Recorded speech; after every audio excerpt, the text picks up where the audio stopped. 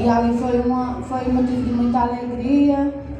E passei a gravidez toda. Eu acho que toda mulher fica preocupada, né? Quando a gente está grávida, a gente fica preocupada se está tudo bem com o bebê, na barriga, a gente fica ansiosa pelo ultrassom. Acho que toda mulher é assim.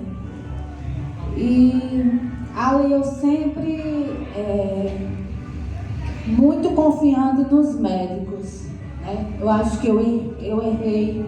A gente erra aí, porque a palavra diz assim: maldito do homem que confia no homem. E é verdade. E ali eu fui, né? Quando eu cheguei já no final da minha gestação, eu estava na primeira semana do 9º mês, né? Faltavam 21 dias para eu ganhar bebê. Para os irmãos entenderem melhor. Aí começou a sair algo de mim e eu falei à médica, e a médica mandou fazer uma ultrassom para ver como o bebê estava, né? E quando eu fiz a ultrassom, o médico que fez a ultrassom falou para mim assim: o batimento dele está um pouco alterado. Você entra em contato com sua médica? Aí eu disse: tá bom. Aí eu peguei e mandei o ultrassom para ela. Aí ela disse: tá um pouco alterado. Estava 179 batimentos. Eles dizem que se chegar a 200, o bebê pode entrar em sofrimento e falecer na barriga, né? Aí isso foi na segunda. Quando foi na quarta, eu fui no consultório dela. E ali eu muito confiante, né, nos médicos, porque eu estava pagando uma médica particular. E eu fui lá, né? Aí ela falou bem assim: olha só, ele vai ter que nascer hoje. Aí você escolhe. Se você quiser ter ele aqui, a gente tem ele aqui na São Vicente. Ou se você quiser, ele caminha para Recife. Aí eu pensei, eu disse: não, eu não vou para Recife não. Ela está dizendo que vai dar tudo certo, né? Então, se ela está dizendo que vai dar tudo certo, ela é uma médica com muita experiência, eu vou confiar, né? Eu vou ter ele aqui mesmo. Aí fui ter ele lá na São Vicente. Aí, quando ele nasceu, né, para os irmãos que não sabem, quando a gente tem um bebê em um hospital particular, tem uma pediatra acompanhando.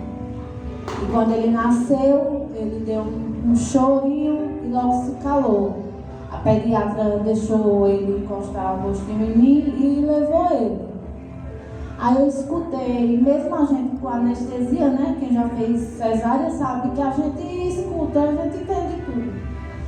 Aí ela foi, levou ele, voltou. Aí a médica que fez o meu parto disse assim: ela estava com medo de ele nascer com um pulmãozinho imaturo. Aí eu escutei ela falando bem assim, a pediatra: realmente ele nasceu com uma cefaleia. E eu guardei aquilo na minha mente, e para mim, depois eu vou pesquisar o que é isso. E eu ali, achando que não era nada demais, né? Achando que não era nada demais. Aí voltei fui pro quarto, né? Sem meu bebê.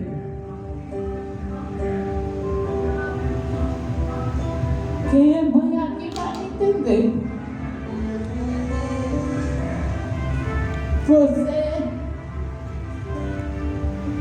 esperar os 9 meses para você ganhar o seu filho e de repente você ir para o quarto sem seu filho. E ali eu escutava: eita, a bebezinha de fulana já está com ela. E eu ficava pensando, minha cunhada estava comigo lá, Ivanele, e eu pensando: não, daqui a pouco eles vão trazer meu bebê. Aí nisso, depois eu fiquei sabendo que quando ele nasceu, colocaram ele no oxigênio para esperar 2 horas para ver se ele tinha uma resposta para poder levar ele para mim, né? Mas ali não foi assim não. A médica disse para mim que ia dar tudo certo, mas não deu não. Aí eu repito, né? Que a gente não deve colocar nossa confiança 100% num ser humano não. No homem não, a gente deve colocar nossa confiança em Deus. Né? E eu ali chegou a noite, fui dormir mais com minha cunhada. E eu fui dormir sem ter noção, né, do que ia acontecer. Quando foi no outro dia, a médica veio no meu quarto e disse: Jéssica, a médica que tinha me falado que ia dar tudo certo, né, disse: Jéssica, seu filho vai precisar de uma UTI. Eu disse: Aí ali, meu mundo caiu, né? Desabou. E começou a agonia, porque aqui em Serra Talhada não tem assistência para recém-nascido. E tinha que transferir ele para o OSPAN, para o OSPAN conseguir um UTI para ele em algum lugar. Em Salgueiro, em Vitória, em Caruaru, em Recife, né? Enfim. E ali disseram: nós vamos transferir ele da São Vicente para o OSPAN, e do OSPAN vai transferir ele para o UTI. Quando transferiram ele da São Vicente para o OSPAN, ele já chegou no OSPAN bem ruimzinho. Deixa eu achar uma foto.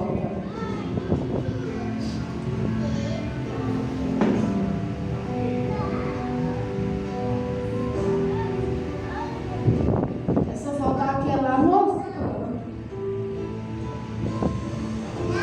E nisso, né, à noite eu já estava em casa e meu marido é que estava lá no OSPAN, que eu estava de cesárea, né? E ele tentando lá conseguir uma vaga de UTI para ele. E tentaram lá estabilizar ele no OSPAN e conseguiram estabilizar. Mas aí o problema era a transferência, porque era uma transferência muito arriscada, né? De um recém-nascido transferir. Conseguiram uma vaga em Salgueiro, tentaram conseguir uma vaga em Salgueiro, que era mais perto, não conseguiram. E quando foi à noite, conseguiram essa vaga lá em Vitória de Santo Antônio, que é antes de Recife um pouco. E tentaram conseguir helicóptero, não conseguiram, e aí foi de ambulância mesmo. E aí transferiram ele, né? Quando chegou lá na cidade, né, de Vitória, de Santo Antônio, o galão de oxigênio que ia dando oxigênio a ele secou. Quando chegou dentro da cidade, secou.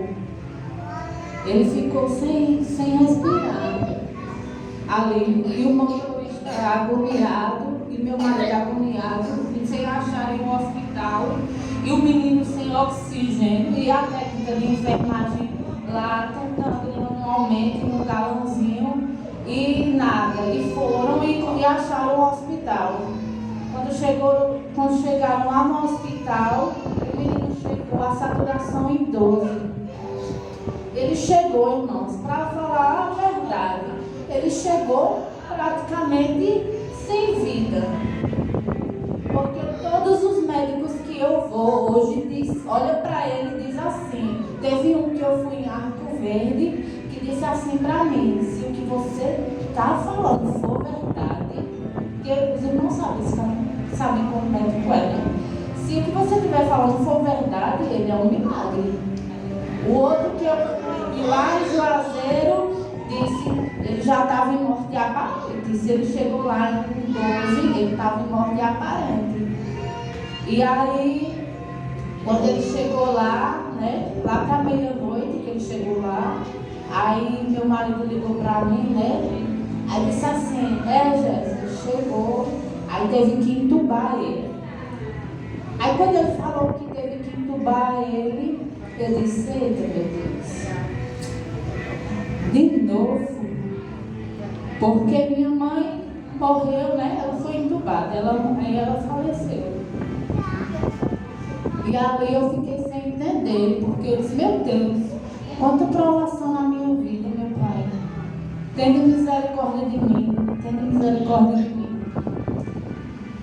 Aí quando foi no outro dia, eu me enlouqueci para ir, né? Para lá. Para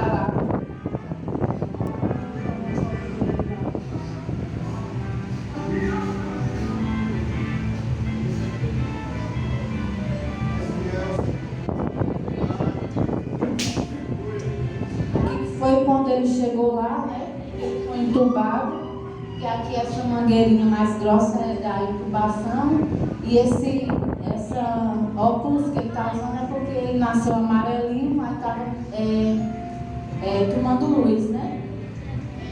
Aí quando foi no outro dia, eu fui, né? Quando eu cheguei lá, eu me desesperei quando eu vi, né?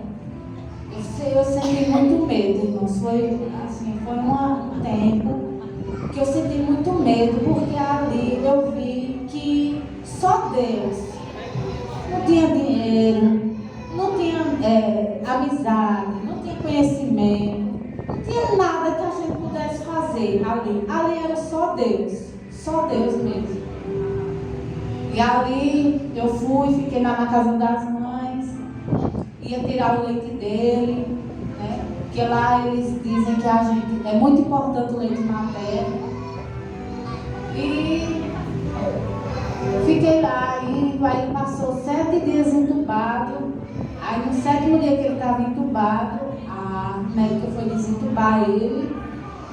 E graças a Deus, quando ela estubou ele respirou sem ajuda de nada. Porque geralmente, quando os bebês estão entubados, que desentubam, vai com uma máscara, um capacete, depois vai para aquele catéter e depois ele fica respirando no ambiente, sem nada. Mas ele não, quando ela estubou ele respirou sem nada. Ela disse assim, a oração de uma mãe, ela disse até assim, a oração de uma mãe arrebenta as portas do céu, né? Porque a angústia é muito grande.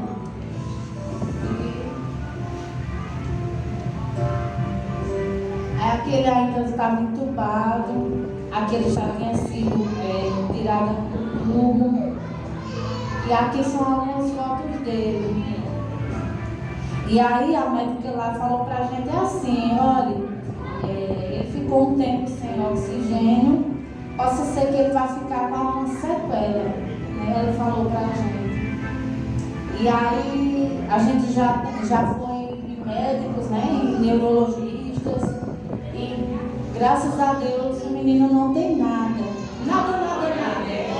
Ele é muito saudável, ele já engatia, já fala mamãe, já fala papai, ele come, a médica tinha medo dele não conseguir comer, ter que fazer sessões com fonoaudióloga, mas ele come muito bem.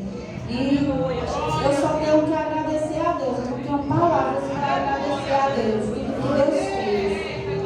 Ele é um verdadeiro milagre.